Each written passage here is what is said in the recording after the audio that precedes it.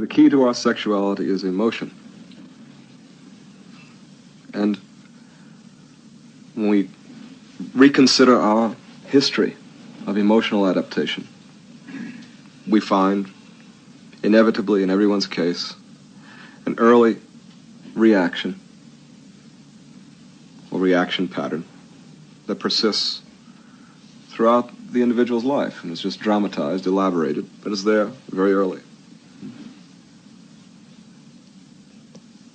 And it's not simply a matter of how your parents treated you and so forth. No matter how far back you went, it would still be a reflection of the same adaptation to you don't love me, to unlove, to the contraction of feeling. There is a primal separation implicit in our history.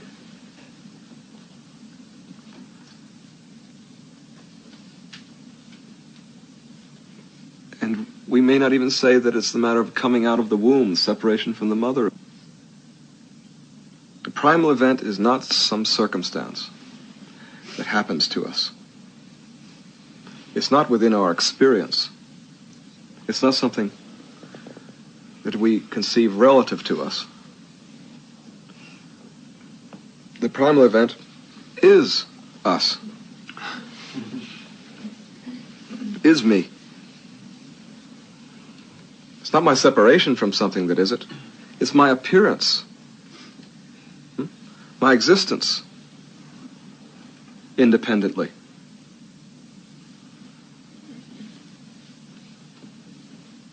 And I interpret this as separation, you see. And that's my first philosophical gesture. That's the first time I say, you don't love me. We consider our individuation, our birth, our mere existence, to be a form of separation, you see. We use mythology like coming out of the womb and being thrown out of one's parents' house, all the rest of it, you see, the conflicts of childhood. To fill out this philosophical point of view.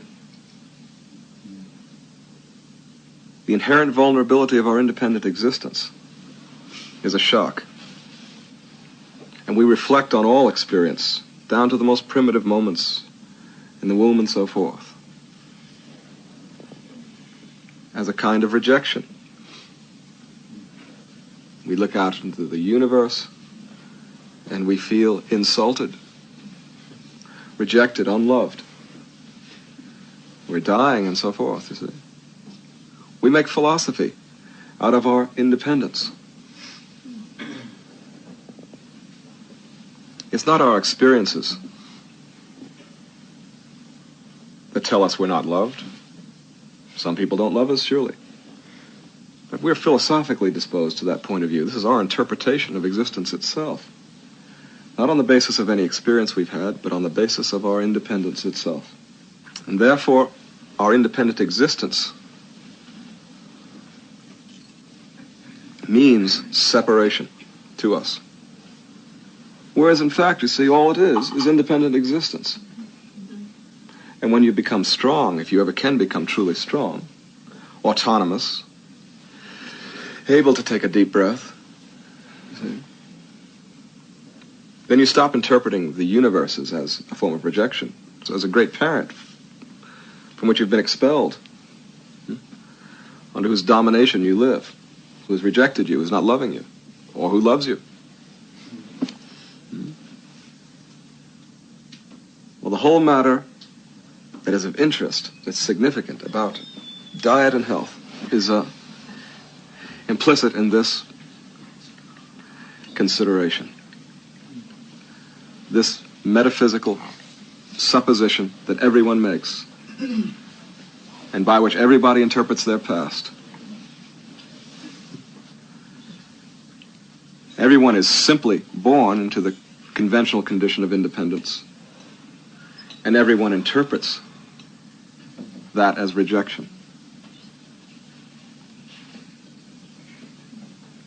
Me feels as you don't love me.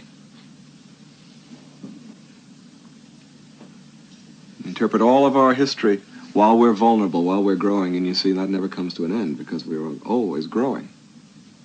Unless we contract ourselves and stop for the moment. We're in a process of transition always in our conventional states.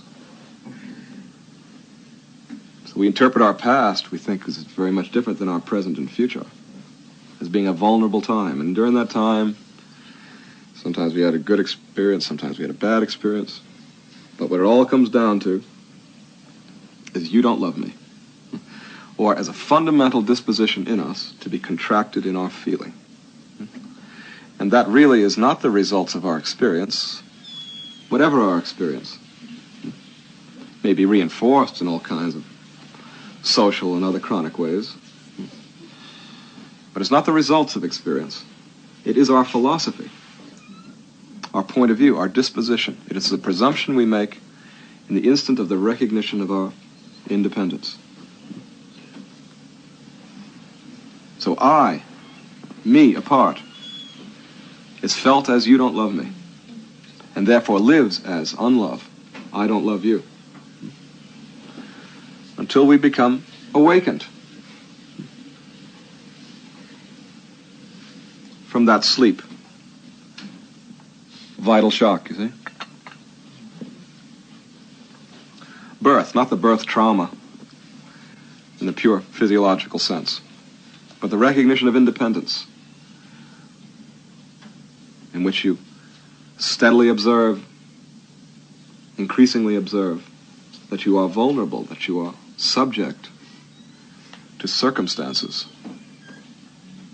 that your very existence can apparently depend on circumstances.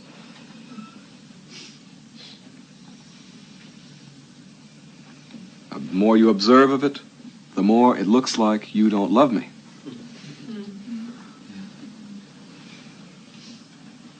As a matter of fact,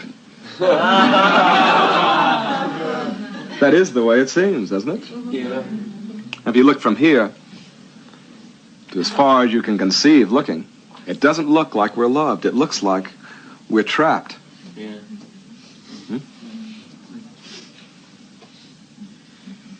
We're not sustained, in other words. So birth, or the recognition of one's independent existence, is interpreted by us to be separation.